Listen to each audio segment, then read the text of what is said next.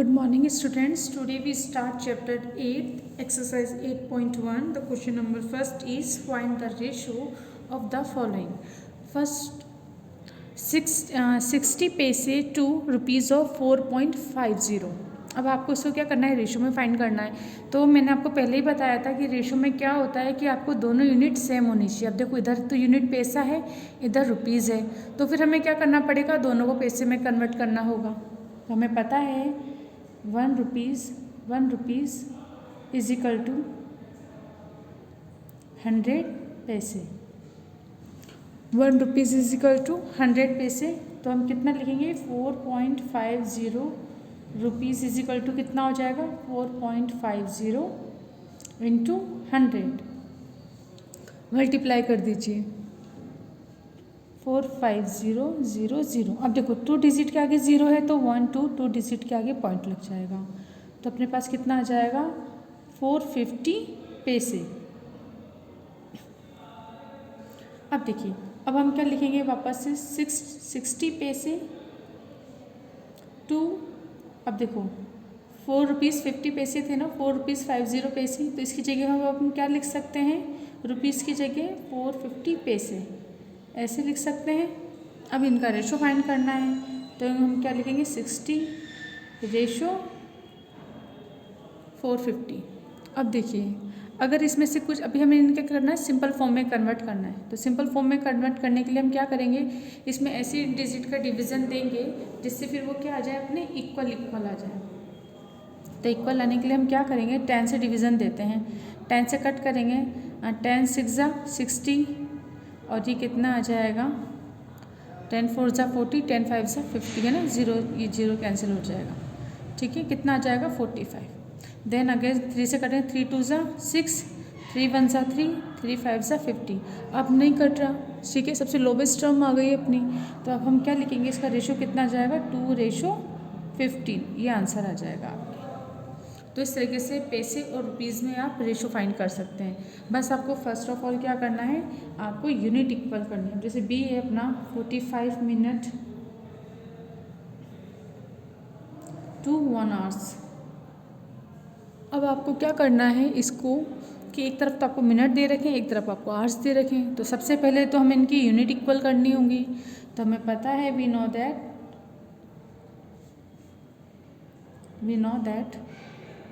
1 hours is equal to 60 minute. 1 hours is equal to कितना होता है, 60 मिनट्स। देन अब हम यहाँ पे क्या लिखेंगे, देखो 45 मिनट टू 1 आवर्स की जगह क्या लिख सकते हैं अपन, 60 मिनट। Then 60 minutes. अब रेशो में फाइंड करना है, द रेशो इज, रेशो कितना हो जाएगा अपना, 45 रेशो 60। अब हम इसे कट करेंगे, किससे करें, 5 से कट करते हैं। 5 9 45, 5 1 5, 5 2 10। अब 3 से, 3 3 9, 3 4 12। अब कट हो रहा है क्या, नहीं ना, तो सिंपली फॉर्म क्या आ गई, 3:4। ये आंसर आ जाएगा।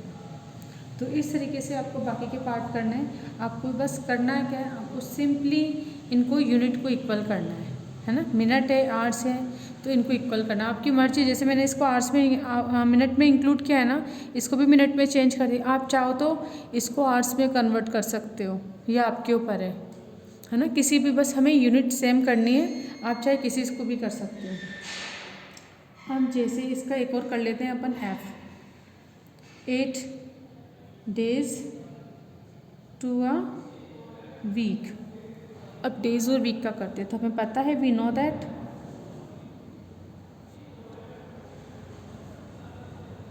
1 week is equal to 7 days. तो हम क्या लिख सकते हैं, 8 डेज टू अ वीक की जगह क्या लिख सकते हैं, 7 डेज। अब डेज हो गए ना, रेशो फाइंड करेंगे। रेशो कितना आ जाएगा अपना, 8:7। अब ये कटेगा भी नहीं, क्योंकि सबसे सिंपलेस्ट फॉर्म में इन दोनों के फैक्टर कितना है, कॉमन फैक्टर 1 है। तो ये आंसर हो जाएगा आपका। Question number second, state whether the given ratio are equivalent. अब आपको बताना है कि ये इक्विवेलेंट रेशियो है या नहीं। तो देखिए अगर हम इसकी बात करें, फर्स्ट रेशियो अपना कितना है, फर्स्ट रेशियो 3:5। कॉमन फैक्टर कितना है नहीं, ठीक है ना, 1 ही है common factor. Then second ratio कितना हो जाएगा, 12:20। अब देखिए इसमें से कुछ कॉमन फैक्टर आपको दिख रहा है। अगर हम बात करें 12 और 15 तो हमें पता है 4 से दोनों कट होंगे, तो हम क्या करेंगे, 4 3 = 12, 4 5 = 20।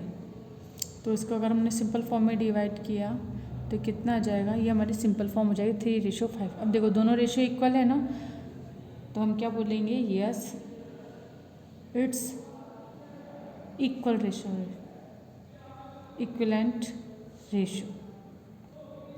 और अगर आपको इस तरह से इक्वल नहीं आता है तो फिर आप नॉट इक्वलेंट लिख देना, no it's not equal ratio. लेकिन अभी हमने इसको सॉल्व किया तो 3:5 है, सेकंड रेशियो को सॉल्व किया तो हमारे पास कितना है, 3:5 आ गया। तो अब ये दोनों इक्वल हो गए, तो इसलिए हम क्या बोलेंगे, यस इट्स इक्वलेंट रेशियो। तो इस तरीके से आप बाकी के क्वेश्चन करेंगे। अब है third, right each of the given ratio in the lowest form. अब आपको इसको लोवेस्ट फॉर्म में डिफाइन करना है रेशियो को। तो हम इसका फर्स्ट लेते हैं 102 to 132। अब इस रेशियो को हमें क्या करना है, लोवेस्ट टर्म में डिफाइन करना है। तो सबसे पहले आप लिखिए रेशियो फॉर्म में, ठीक है।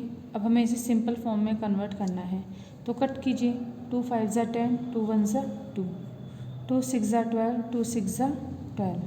देन 3 से कट कीजिए, 3 1 = 3, 3 7 = 21, 3 2 = 6, 3 2 = 6। अब दोनों में देखो कॉमन फैक्टर कितना है, 1 आ रहा है ना। अब कुछ नहीं होगा तो अपनी लोवेस्ट फॉर्म कितनी हो जाएगी, अपनी लोवेस्ट फॉर्म ऑफ रेशियो कितना हो जाएगा, 17:22। ये आंसर आ जाएगा आपका। तो आपको इसी तरह से सिंपली कट करना है, उनको सॉल्व करना है और फिर लिख देना है। इसके बाद अब हम बात करते हैं रेशियो में ग्रेटर रेशियो में।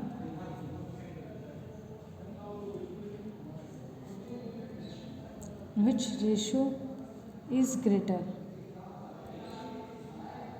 इसका ए पॉइंट 3:5 और 5:6। अब आपको बताना है कि विच रेशियो इज़ ग्रेटर। देखिए अब इसको रेशियो को अभी तक हमने सिंपली लिखा है, लेकिन इस रेशियो को हम इस फॉर्म में लिख सकते हैं। ये क्या है, 3:5। दैट मीन्स अपन क्या लिखेंगे, 3/5। Then 5:6, that means 5/6। अब जैसे अपन फ्रैक्शन को इक्विवेलेंट करते थे ना, ग्रेटर या लेस देन फाइंड करते थे, उसी तरीके से रेशियो करेंगे, ठीक है। तो अब आपको क्या मिल गया, 3/5 एंड 5/6। अब इसमें से हमें बताना है विच इज़ ग्रेटर देन। अब देखो दोनों के एलसीएम अलग हैं, तो सबसे पहले हमें क्या लेना पड़ेगा, डिनोमिनेटर दोनों के अलग हैं तो इनका एलसीएम लेना पड़ेगा। देन 5 and 6 एलसीएम कितना जाएगा, 5 1 = 5 6, 6 1 = 6। एलसीएम कितना हो जाएगा, 5 × 6 30 आ जाएगा आपके। अब आपको क्या करना है, 3/5। अब देखिए 5 का 30 में डिवीज़न दो, कितनी टाइम जाएगा, 5 6 = 36। तो 6 से आपको अप एंड डाउन मल्टीप्लाई करना है, 6 3 = 18, 6 5 = 30। अब 5/6 लिखिए, इंटू 6 से 30 में डिवीज़न दीजिए, कितनी टाइम जाएगा, 6 5 = 13। तो 5 से आप अप एंड डाउन मल्टीप्लाई कीजिए, 5 × 5 25, 5 6 = 30। तो देखिए अब हमारे पास क्या आ गया, एक तो हमारे पास आ गया 18/30 और एक है 25/30। अब देखिए दोनों में अगर हम बात करें तो दोनों के डिनोमिनेटर इक्वल हैं, तो हम कंपेयर किससे करेंगे, न्यूमरेटर से। अब हमें ग्रेटर बताना है, तो 25 is greater than 18, the sign is this. अब देखिए ये हो गया है ना। अब इसी को अगर हमें सिंपल देखो, ये रेशो है, इस रेशो के इक्विवेलेंट रेशो क्या है, ये है। अगर हम इसको सिंपल करेंगे तो वापस ये मिल जाएगा ना, यानी अगर हम इसमें 6 से डिवीज़न देंगे तो वापस ये आ जाएगा। तो अब हम इसकी जगह वापस ये लिख सकते हैं ना, तो हम क्या लिख सकते हैं, 3/5 इज़ लेस देन क्या लिखेंगे, 5/6। अब इसी को रेशो की फॉर्म में लिख दो, 3:5 इज़ लेस देन 5:6, ये आंसर आ जाएगा आपके। तो आपको इसको इस तरीके से करना है, ठीक है। यानी सबसे पहले आपको रेशो है, रेशो को इक्वलेंट रेशो बनाना है, ठीक है। दैट मीन्स पहले आपको उसे फ्रैक्शन फॉर्म में लिखना है, फिर इसको इन दोनों को हमको इक्वल करना है, ठीक है। इन दोनों के डिनोमिनेटर हमें इक्वल करना है।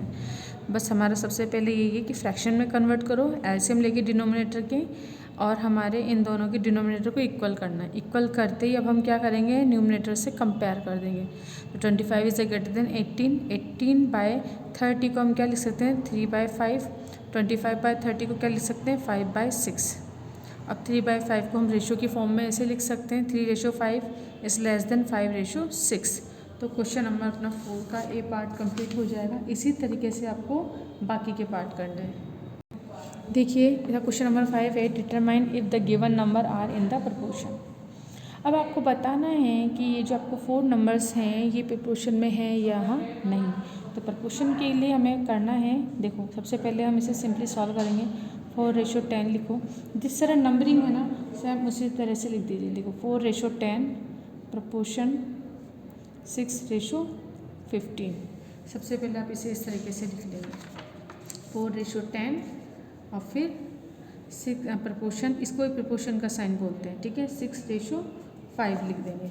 देन अब हमें क्या करना है कि अब देखो इसको सिंप्लीफाई करने के लिए हम क्या करेंगे इसमें, कि हमें पता है कि हम क्या करते थे, product of middle terms of product of extreme term, अगर इन दोनों के रेशियो इक्वल आते हैं that means it is a proportion. तो हम क्या लिखेंगे, product of extreme term, that means 4 × 15 is equal to 10 × 6। 15 4 ज़ा 16, 10 6 ज़ा 16। देखो इक्वल आ गए, that means it is yes it is proportion, ठीक है।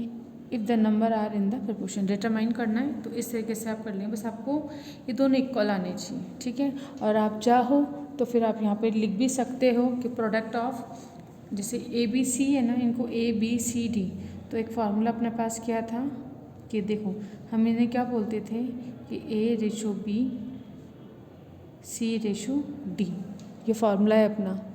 तो इसे अपन किस तरीके से लिखते हैं, देखो प्रोडक्ट करते हैं, हम क्या लिखते हैं, A × D is equal to B × C, ये अपना फार्मूला होता है। इस फार्मूले में हमने इसको पुट कर दी वैल्यू और हमारा आंसर आ गया। तो हम बता देंगे कि yes it is a proportion, क्योंकि हमारे दोनों तरफ ये इक्वल आ गए, तो ये नंबर अपने प्रपोर्शन में है।